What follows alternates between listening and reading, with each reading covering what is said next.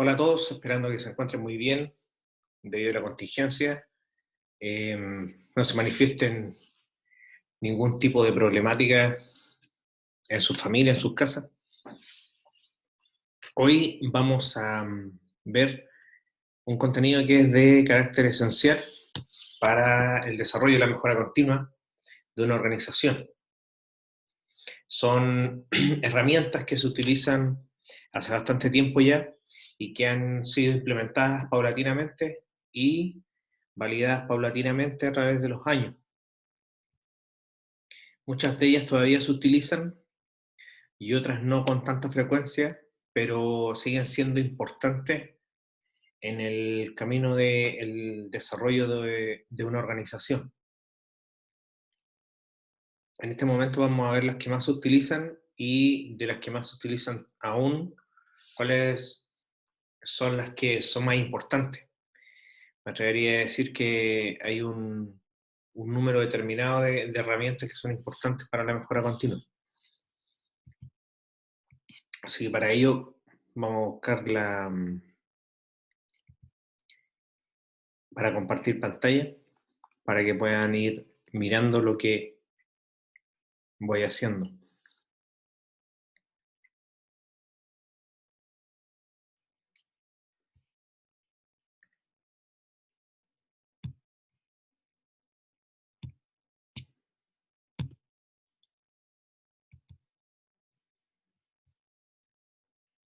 Bueno, acá tenemos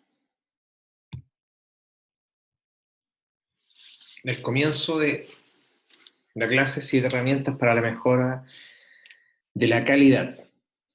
Vamos a ir viendo cada una de ellas y voy a ir explicando cómo se conforman y la interpretación que se extrae de ellas. Esa interpretación es tremendamente importante para poder tomar decisiones de mejora continua en una empresa o en una organización. La primera de las herramientas es el diagrama de Pareto o la denominada regla del 80-20. ¿Qué quiere decir esto?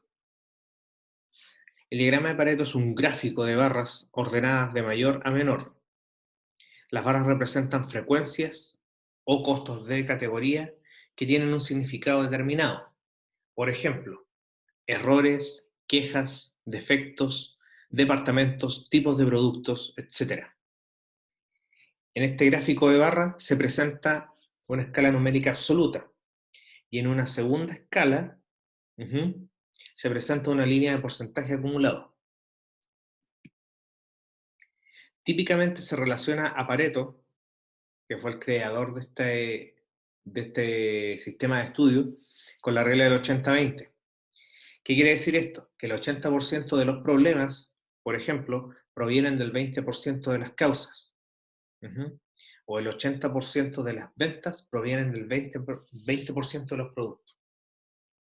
Esto quiere decir que, según esta regla y el estudio analítico que la sustenta, el 80% de las ventas de una organización proviene del 20% de sus productos o servicios. Por ejemplo, en el caso de McDonald's, eso lo había comentado creo a algunos en la primera clase.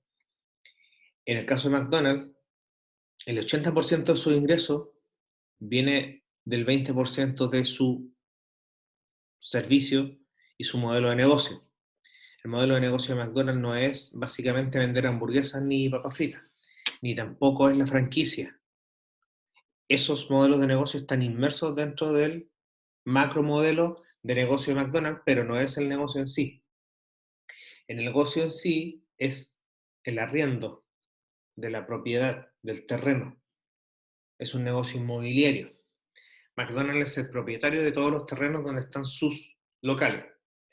Y dentro del contrato, quienes compren la franquicia solamente pueden armar esa franquicia, construir esa franquicia en ese terreno que es propiedad de McDonald's. Por lo tanto, el terreno McDonald's se los puede arrendar a quienes compran la franquicia de por vida o hasta que dure el negocio en ese lugar.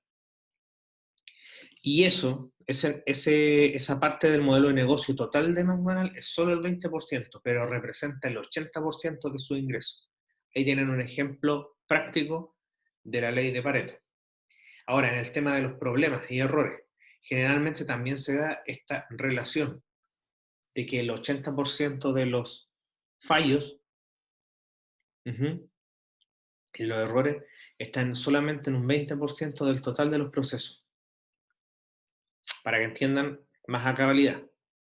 Este es un gráfico que yo quise poner de manera explicativa solamente, porque tiene un ejemplo que no está relacionado con la empresa, sí con una organización, el tema de los campeonatos de fútbol. Las barras en celeste son las barras que representan ¿qué? La cantidad que se repite cada categoría. Acá en el lado izquierdo pueden ver ustedes, dice primera escala, número de veces que se repite cada categoría o frecuencia. Acá abajo, en el lado en el eje de las X o en el eje horizontal, la categoría en estudio, que en este caso, en este ejemplo, son países que han sido campeones mundiales de fútbol. Esos son los países que han sido campeones mundiales: Brasil, Alemania, Italia, Argentina, Uruguay, España, Francia e Inglaterra. Esa es la categoría en estudio. La barra celeste representa cuántas veces han sido campeones. Y la suma de todos los valores representa el total de las veces que hay países que han sido campeones en un rango de tiempo determinado para este gráfico. La línea amarilla, la otra es la que van creciendo, que dice 25%, 45%, 65%, representa una segunda escala que es el porcentaje acumulado. Cada una de esas barras celestes es un porcentaje de la cantidad total de veces que se ha hecho el campeonato del mundo, en un rango de años, porque no vamos a tomar todos los años, por por temas prácticos. En un rango de años, la cantidad de veces que se ha hecho una Copa Mundial y cuántas veces cada uno de estos países la ha ganado. Ahí se saca el porcentaje. Si Brasil la ha ganado 5 veces, del total de veces que se ha hecho la Copa, tiene una cantidad del 25%. Ahora, Alemania también ha ganado una cantidad de veces versus el total y tiene otro porcentaje. Eso se suma a lo de Brasil. Y así sucesivamente. Italia ha ganado una cantidad de veces contra el total, eso es un porcentaje, se suma al de Alemania y al de Brasil. Y ahí se va generando un porcentaje acumulado que va en incremento. Y esa es la línea naranja que vemos acá. Para interpretación del gráfico, ¿qué significa lo que dice aquí? Dice que el 65%, el 65% de los premios de la Copa Mundial han quedado entre Italia, Alemania y Brasil en este rango de años. Eso es lo que dice el gráfico.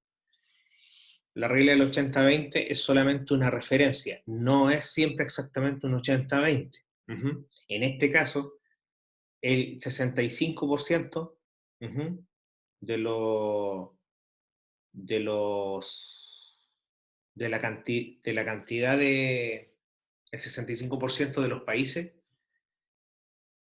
el 65% de las veces que se ha ganado la Copa Mundial ha quedado en estos tres países. O sea, la mayor cantidad de veces que se ha ganado la Copa ha quedado solamente en pocos países.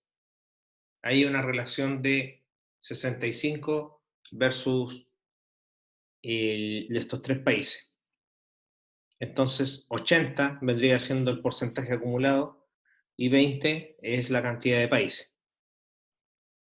Para términos prácticos, es solamente que una cantidad pequeña se queda con la mayor tajada o genera la mayor cantidad de situaciones o problemas. Eso es lo que el diagrama de Pareto explica en concreto, que en este momento es importante la interpretación. Las construcciones de estos son automáticas. Otro diagrama tremendamente importante y de uso cotidiano en el tema de la calidad es el diagrama de flujo. Se le denomina caminar y documentar el proceso. ¿Qué es un proceso? En primera instancia, es una serie de acciones, pasos hechos en un cierto orden para alcanzar un resultado en particular. Así se define proceso.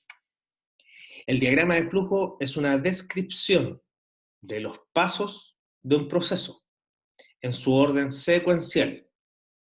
Incluye la secuencia de acciones, los materiales o servicios que entran y salen, las decisiones que se deben tomar, las personas involucradas, el tiempo que toma cada paso y otras mediciones que sean importantes. ¿Para qué se usa el diagrama de flujo? Se usa para entender cómo se hace un proceso, en primera instancia. Segundo, estudiar un proceso para mejorarlo. Tremendamente importante. Yo puedo ver las fallas que tiene un proceso y puedo proponer las mejoras respectivas. Comunicar a otros cómo se hace un proceso.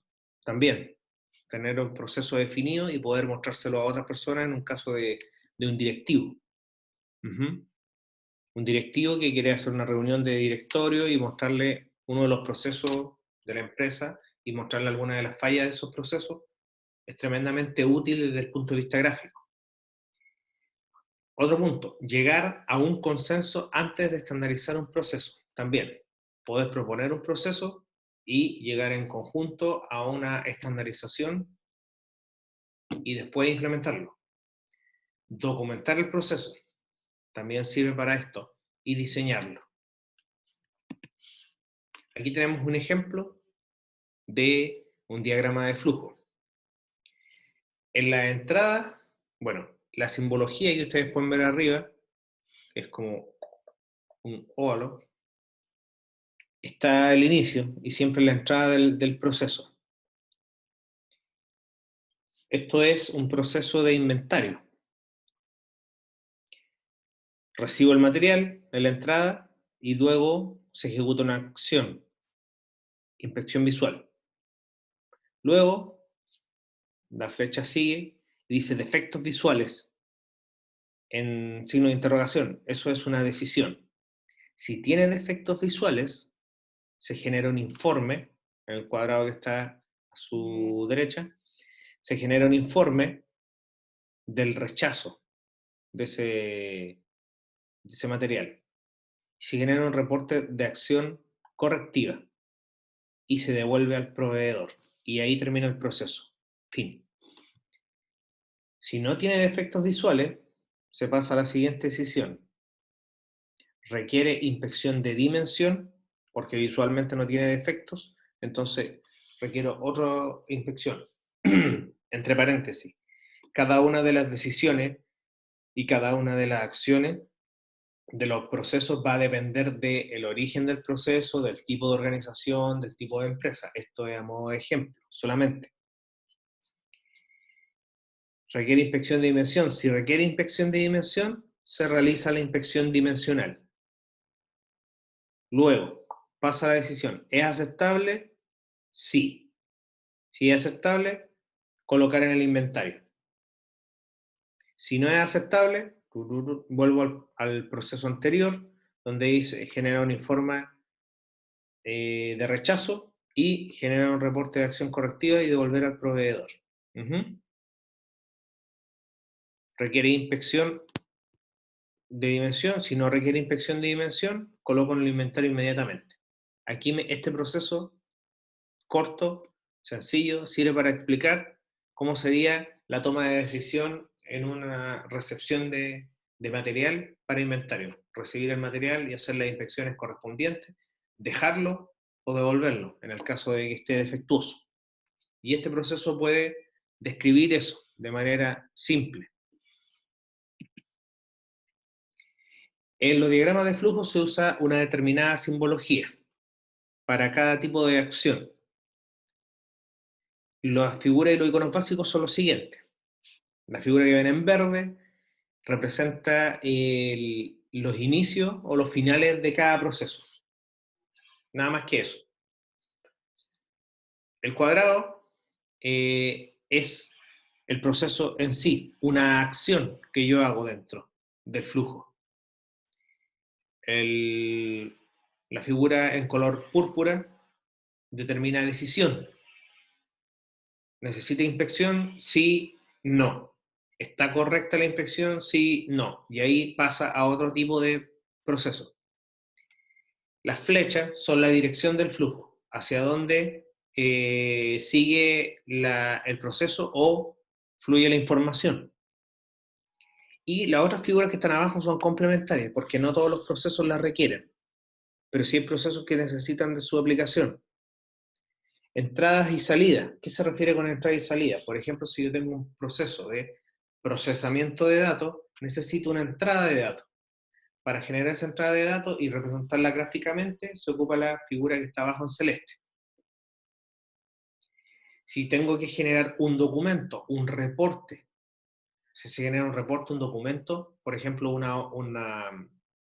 un dato de entrada, al momento de pedir una hora en un sistema de atención pública, el dato de entrada va a ser el nombre root y la condición de la persona.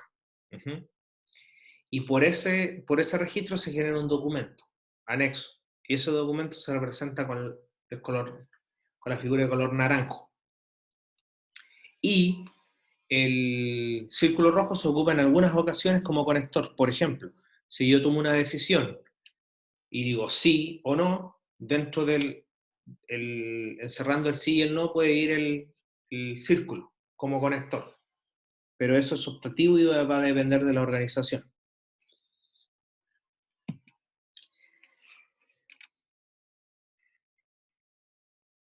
Seguimos y uno de los diagramas más instintivos para poder realizarlo, confeccionarlo, no necesita de un exceso estadístico ni un análisis demasiado complejo, el diagrama de causa-efecto, o para quienes lo conocen, diagrama de espina de pescado.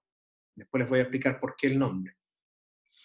El diagrama de causa y efecto ayuda a identificar las posibles causas de un problema de forma ordenada y estructurada. Se usa para identificar las posibles causas de un problema. Punto número 1. Punto número 2. Ordenar las posibles causas en categoría. Punto número 3. Documentar de manera rápida las causas. Este diagrama es muy efectivo y muy práctico por su construcción. Habían otros ejemplos y otros diagramas hechos, pero no tenían el nivel de detalle. La imagen no nos acompaña tanto, pero el nivel de detalle sí. Así que por eso quise explicarlo con este. ¿En qué consiste la elaboración de este diagrama? Nosotros partimos del problema. Ponemos el problema en ese cuadrado grande que se ve, donde dice errores del 4% en recepción de pedidos. Ahí ponemos el problema de nuestra división, de la organización completa, de donde nosotros queremos analizar. Lo primero que tenemos que tener claro es dónde vamos a analizar. Si queremos analizar, por ejemplo, un problema de atención al cliente, ponemos el problema es reclamo, atención al cliente. O reclamo en el proceso postventa. También puede ser. En el caso de un retail, por ejemplo, una empresa de servicio. O una empresa de marketing digital. Desconformismo en la estrategia de venta. O que la estrategia de venta generada por la agencia de marketing no es efectiva. O defectos en la construcción de los embudos de venta. Un embudo de venta, entre paréntesis, es una estrategia de marketing para poder atraer prospectos para la venta de manera, bueno, antes se implementaba de manera análoga, ahora se implementa de manera digital. Se genera el problema y después trazamos una línea y trazamos las líneas que vemos inclinadas y las vamos separando por categorías, porque el origen de un problema puede ser de la gestión de los recursos humanos, puede ser el departamento de calidad, puede ser un problema medioambiental, puede ser un problema de método, puede ser un problema de, y con método me refiero a método de inventariar, método de generar las condiciones apropiadas de medición, métodos de medición, probablemente el problema es informático. Entonces, eso que le acabo de nombrar y que en el diagrama que tenemos enfrente dice, donde dice material, máquina, mano de obra, método, ambiente, medición, eso se llaman categorías. Categorías que engloban y encierran una cantidad de causas del problema. Y después dentro de esas categorías nosotros vamos poniendo las posibles causas. Aquí hacemos el análisis al revés. Tenemos el problema, lo tenemos evidenciado. Y vamos hacia atrás para buscar las posibles causas. Por ejemplo, en este problema que es errores de 4% en recepción de pedidos. Esto es de la industria metalmecánica, donde se elaboran piezas. Entonces, hay errores en las piezas, en la fabricación de las piezas. Y alguna de las categorías de esos errores puede ser problemas en la medición, como vemos en la esquina inferior izquierda, medición. Y dentro de esa categoría, los posibles problemas pueden ser problemas con pesas de, las pesas de tarado, o de tarar para los que no los conocen, son precisamente las pequeñas pesas que permiten medir el peso con tremenda exactitud de piezas mecánicas. Ujú. La calibración puede ser un problema, la calibración de esas pesas. Por eso las piezas salen con errores. Que se utilizan tres pesas diferentes para medir una sola pieza, o se utilizan tres pesas diferentes para medir un universo de piezas. Entonces las medidas no van a salir iguales. ¿Me explico? El ambiente, por ejemplo, el flujo de aire o la suciedad. El flujo de aire incide, por ejemplo, en cuanto se funde una pieza metalmecánica. Ujú. Y puede afectar tremendamente las propiedades del metal. O la suciedad, donde esta suciedad queda impregnada en la impresión en la fundición de una pieza metalmecánica. Si lo llevo al contexto, por ejemplo, de la industria automotriz, presentar errores del 4% en la construcción o elaboración de una pieza es tremendamente costoso y tremendamente dañino. Imagínense, un motor tiene que funcionar con precisión, cada una de las piezas. Si hay una alteración tanto de la propiedad del material como de la fundición del material y sales con errores, el problema puede ser de una línea de producción completa o un modelo completo de automóvil. Y eso son pérdidas gigantes. Entonces imagínense los problemas que pueden resolver solamente utilizando este diagrama. De hecho, poniéndolo en el contexto actual, un diagrama como este también permite analizar por qué no se ha resuelto el problema o no se ha tomado las decisiones correctas con respecto a la gestión del coronavirus en nuestro país. Y eso lo estamos evidenciando constantemente, diariamente. ¿Por qué las situaciones no se han tomado con el debido control? Y nosotros podemos generar un diagrama de esta naturaleza para poder analizar esa situación. No solamente sirve para analizar empresas o la división de una empresa, también sirve para analizar una problemática país, en este caso. Hoja de verificación. Me atrevería a decir que uno de los elementos de la mejora continua de la calidad, eh, quizás más utilizado en una época. Ya no se utiliza tanto porque hay otros elementos, pero es muy práctico y es tremendamente útil. Una hoja de verificación es un formato prediseñado para recolección estructurada de datos. Se puede adaptar a gran cantidad de usos, más allá de recolectar datos principalmente, lo que se le llama el checklist, una lista de actividades donde yo voy tiqueando o voy contabilizando. Es un checklist para actividades, proyectos e instrucciones de trabajo. Generalmente se usa en instrucciones de trabajo, actualmente. Se usa para recolectar mediciones de forma estructurada, para que todos puedan entregar la información de la misma manera. Recolectar frecuencias de defectos y otros problemas. Puedo tener una lista de defectos, por ejemplo, que se presentan en la producción de un producto, y esa lista de defectos me va a decir a mí cuáles son los que más se repiten y cuáles son las acciones que yo podría tomar para corregir esos defectos. Ujú. Recolectar frecuencias de eventos, como por ejemplo tipos de servicios solicitados por el cliente, también, para saber cuál es la cantidad de servicios que más solicita el cliente en una amplia gama de servicios prestados. Y así yo saber cuál es y ahí hago la relación con Pareto, cuál es el servicio o los productos que me generan el 80% de las ventas. Y puedo hacer el análisis con el otro gráfico. Ujú. Recolectar datos que puedan indicar patrones de eventos, defectos y problemas, lo que les explicaba de la producción.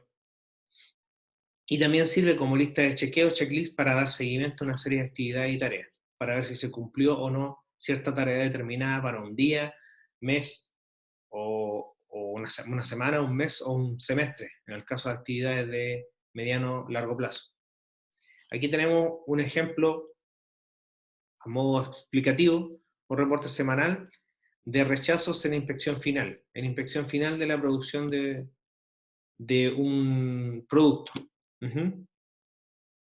Entonces ahí tenemos en una de las columnas el resultado de la inspección al defecto 1, defecto 2, defecto 3, en este caso está con letra, defecto A, defecto B, defecto C, defecto D, E, hasta el E. En los días lunes, martes, miércoles, jueves y viernes. Entonces, ahí se puede ver que el día lunes se reportaron piezas, 12, se reportaron 12 piezas con ese tipo de defecto. Se reportaron 6 piezas con el otro tipo de defecto. Y así sucesivamente. Al final de la fila tengo el total de defectos de ese tipo en la semana. Y acá al final tengo la cantidad de defectos totales de las piezas. Y en las últimas columnas tengo el porcentaje semanal y abajo el porcentaje diario.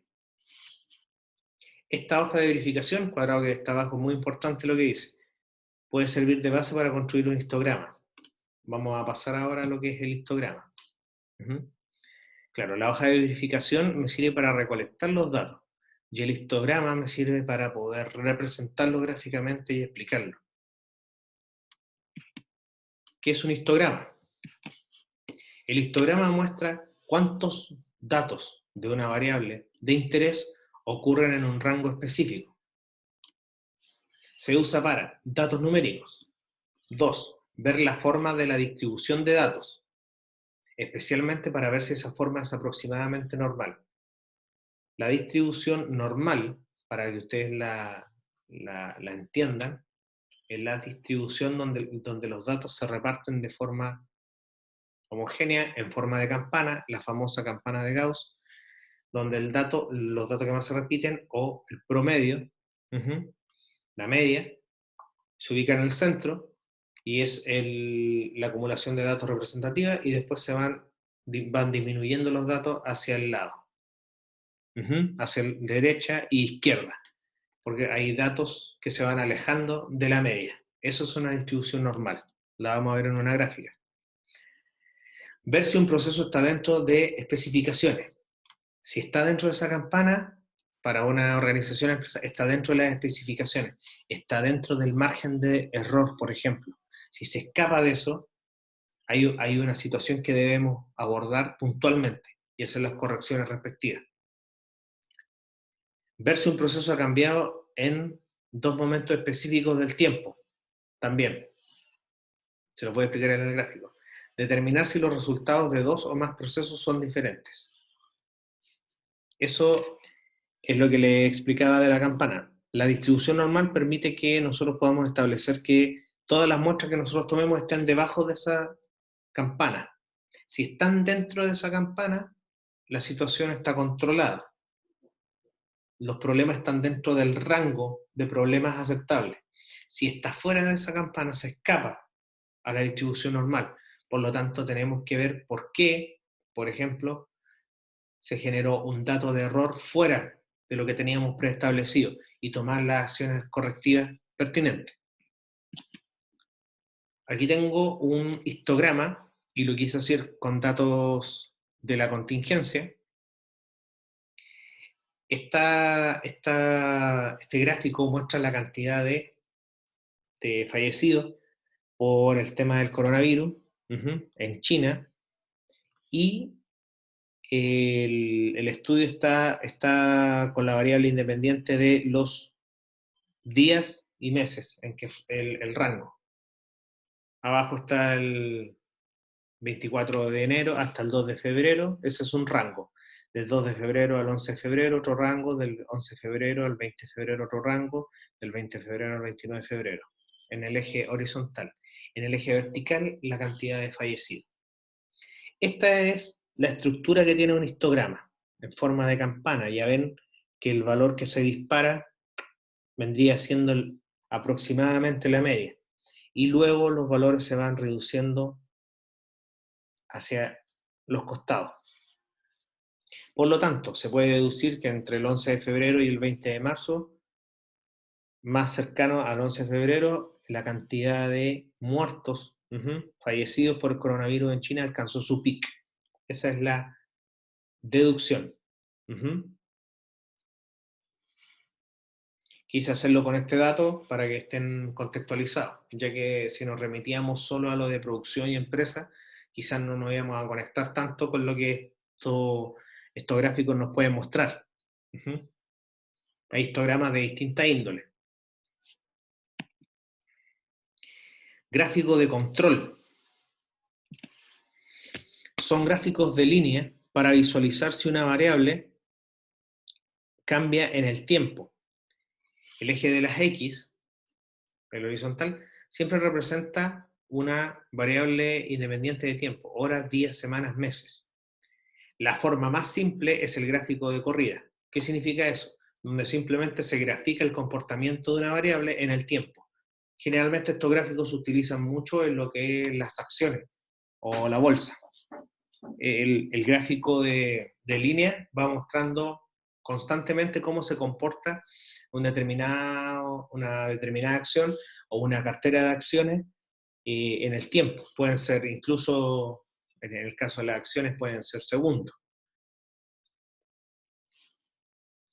En su forma completa se agregan 3 líneas. Primero una línea central que se calcula como el promedio de todos los datos. Tengo todos los datos y el promedio me va a generar una línea central para ver cuánto se desvían los datos del centro. Y luego 2 líneas de límite, de control, que se calculan como más, menos, 3 desviaciones estándar del promedio, bajo un supuesto de normalidad del 99,73%. ¿Qué significa eso? Que el 99,73% de los datos deberían estar dentro de ese rango. Esto es exactamente lo que expliqué en la campana, pero representado en un gráfico de puntos. La media vendría siendo la línea central, que es la misma media del histograma, y los límites superior e inferior vendrían siendo los términos de derecha e izquierda de la campana, más menos 2 desviaciones estándar, más menos 3 desviaciones estándar es lo máximo que abarca. Si algún dato se escapa de eso, es porque hay una situación irregular que nosotros tenemos que investigar inmediatamente. Aquí hay un ejemplo. En el eje horizontal tenemos el número de la muestra. ¿De qué? De un lote de producción de un determinado producto, X. Y la fracción en el eje de las Y, la fracción defectuosa, o sea, la cantidad de elementos defectuosos de ese lote de producción. Y ahí se van generando los puntos. Muestra la variación en el tiempo de la fracción defectuosa. Las líneas rojas, superior e inferior, son los límites que les explicaba. Si están dentro de esos límites, la situación todavía está controlada. Si está fuera, tenemos que investigarla inmediatamente. Y la línea negra es la media, o sea, el promedio. Y en torno al cual gira la mayoría de los datos. Ahí podemos ver que hay un dato en la parte superior que se escapa. Por lo tanto, si esa es la situación, nosotros tenemos que tomar las medidas correctivas pertinentes y analizar por qué precisamente en ese lote, en el lote 12, se da esa cantidad de defectos que se escapan al control. Puede ser que la toma de muestra esté mal hecha, probablemente, o el tiempo, por ejemplo, que opera una máquina produciendo cierta cantidad de piezas, por ejemplo, mecánicas. Cuando yo tomo el lote número 12, por tema de tiempo, la máquina está más desgastada o ya lleva un tiempo funcionando, entonces eso puede afectar la toma de la muestra y puede generarme más errores. Probablemente es el desgaste de la máquina lo que genera los errores, y así sucesivamente. El análisis da para mucho. También nosotros podemos construir un gráfico de esta naturaleza con respecto a los datos que hemos mencionado antes, de la contingencia, de la cantidad de infectados, por ejemplo, del coronavirus, o alguna relación que exista entre la cantidad de infectados y el país de origen de la muestra. Entonces abajo podríamos tener los países de origen de la muestra y arriba la cantidad de infectados. Diagrama de dispersión. Quisiera poner en primera instancia el diagrama de dispersión por ser tremendamente útil, sobre todo en la situación que estamos viviendo ahora. ¿Qué es un diagrama de dispersión? El diagrama de dispersión grafica pares, XY, o sea, un punto, en una cuadrícula de dos ejes, para buscar relación entre ambas variables. Si existe relación, los puntos seguirán la forma de una recta o una curva. ¿Qué significa esto? En un gráfico XY, yo grafico una serie de datos. Variable independiente, variable dependiente. Variable independiente en el eje horizontal, variable dependiente en el eje vertical. Por ejemplo, puedo graficar en el eje horizontal la cantidad de, porcentualmente, la cantidad de personas mayores de 60 años que hay por país, y pongo 5 países. Chile, Argentina, Bolivia, Brasil, España, por ejemplo. Y la cantidad de la población que es mayor de 60 años. Y en el eje de las Y puedo poner la cantidad de enfermos infectados con síntomas graves del coronavirus. Y luego graficar los puntos. Si esos puntos muestran algún tipo de distribución, una relación que se acerque a alguna curva o alguna recta, significa que los puntos están relacionados. O sea que está directamente relacionado el porcentaje de la población que tiene mayor de 60 años con la cantidad de infectados que tienen síntomas graves del coronavirus. Puedo hacer una correlación de esas dos variables. Para eso me sirve el gráfico de dispersión. Eso es un ejemplo. Abajo puedo graficar la cantidad porcentual de la población. Un 1% de la población es, por ejemplo, en el primer país, 1.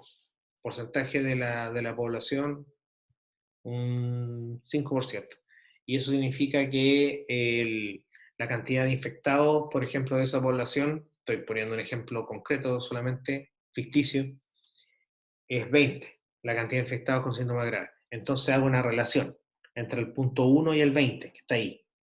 Y así sucesivamente. Después de que tengo todos los puntos graficados, puedo asumir que hay una distribución lineal ascendente, y puedo trazar una línea media, que también es el promedio de los datos según esa recta. Y así voy a saber qué tan alejados están los datos de la media. Y entre más alejado esté un dato de la línea roja que les muestro ahí, es porque hay una condición más externa a la que yo le tengo que poner atención. Por ejemplo, un dato que se escaparía en una situación de este análisis, que un país que tiene una población muy baja, de mayores de 60 años, o probablemente no la tenga, estoy poniendo un caso ficticio, y tengo una gran cantidad de infectados del coronavirus con, con síntomas graves, ahí yo tengo que preocuparme. ¿Por qué? Porque se supone que la correlación es con gente de la tercera edad, y es mayor la cantidad de infectados con síntomas graves y de muertos. Pero ¿qué pasa si no sucede esa situación? Y tengo una gran cantidad de infectados y muertos, pero la población no es tan longeva. Eso significa que hay otro elemento ahí, otra variable que considerar.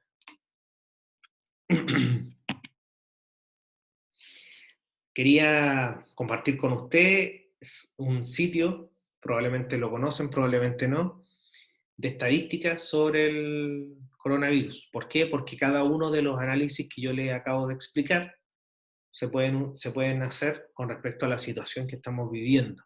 Y creo que sería de tremenda ayuda poder tener datos en tiempo real de lo que está sucediendo.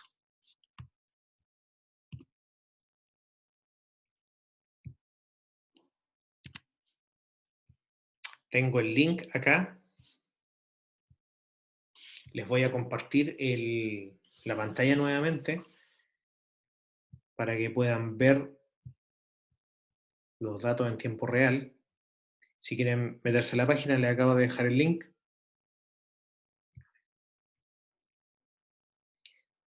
También lo puedo dejar en la descripción.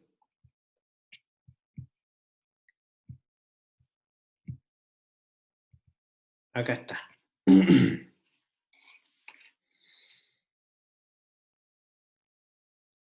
En rojo, el total de confirmados con el coronavirus.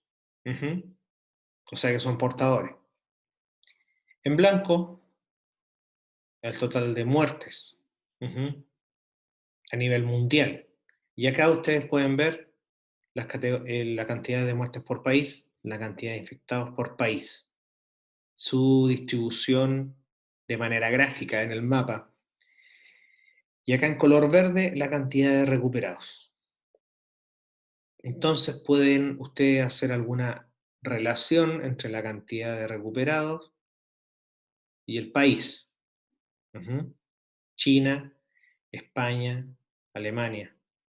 O la cantidad de muertes y el país.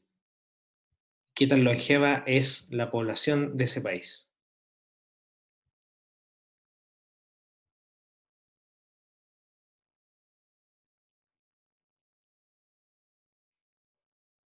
Y acá, en el gráfico que estoy mostrando acá abajo, con una línea amarilla, también se puede establecer una relación, por ejemplo, entre la cantidad de infectados y la época del año. Puede existir una relación, no estoy diciendo que exista. Para eso es el gráfico de dispersión, para analizar si existe una correlación. Puede que exista, puede que no. Puede que incida la época del año en la propagación del virus, o solamente el virus se propaga por su naturaleza de virus. Eso puede ser un objeto de análisis. Pero me atrevería a ser arriesgado y decir que en el caso de las muertes, sí la población de determinados países es más longeva, o el porcentaje de población que es longeva es mayor. Entonces ahí debe existir una correlación. Pueden ingresar a este mapa para que estén viendo los datos constantemente, y la intención no es alarmar, sino que poder entregarles estadísticas en tiempo real de situaciones que nos sirven y hacer análisis en situaciones que a nosotros nos importan en este momento. También podemos hacer análisis, por ejemplo, del aumento de la cantidad de los servicios online y de la venta online a raíz de la contingencia. Los meses en el eje de la X y en el eje de las Y, el aumento de los servicios online. Ujú. Y eso va a radicar simplemente en una correlación por el hecho de la contingencia. El gráfico de dispersión es de multiplicidad de usos. Bueno, quiero dejarlo hasta aquí con las herramientas de la calidad. No se alarmen porque no las vamos a utilizar absolutamente todas, sino que vamos a utilizar las que sean más importantes en el momento que corresponda, dependiendo del análisis. Cualquier duda, consulta, estamos abiertos para resolverla, así que no hay ningún problema. Me pueden hacer llegar las consultas por teléfono, por WhatsApp, por correo o por la plataforma, no hay ningún problema. Podemos agendar sesiones para poder resolver estas dudas. Y referente a esto, poder comenzar a hacerse la idea de analizar algún dato en lo específico o tener datos a mano de la contingencia y del cambio del mercado. Cómo se ha producido el cambio del mercado en estos últimos meses a raíz del problema del coronavirus, la caída de las acciones, por ejemplo, o el aumento de los servicios online, incluso el aumento de las acciones de las empresas que son de carácter digital, como Zoom, que es la que estamos ocupando en este momento. Zoom ha tenido un incremento tremendamente importante en lo que es las acciones y el valor de la empresa por el hecho de que ahora todos lo están utilizando. Eso a modo de explicación. Que estén muy bien, pero se encuentren muy bien y nos vemos en la próxima sesión. Un abrazo y cuídense.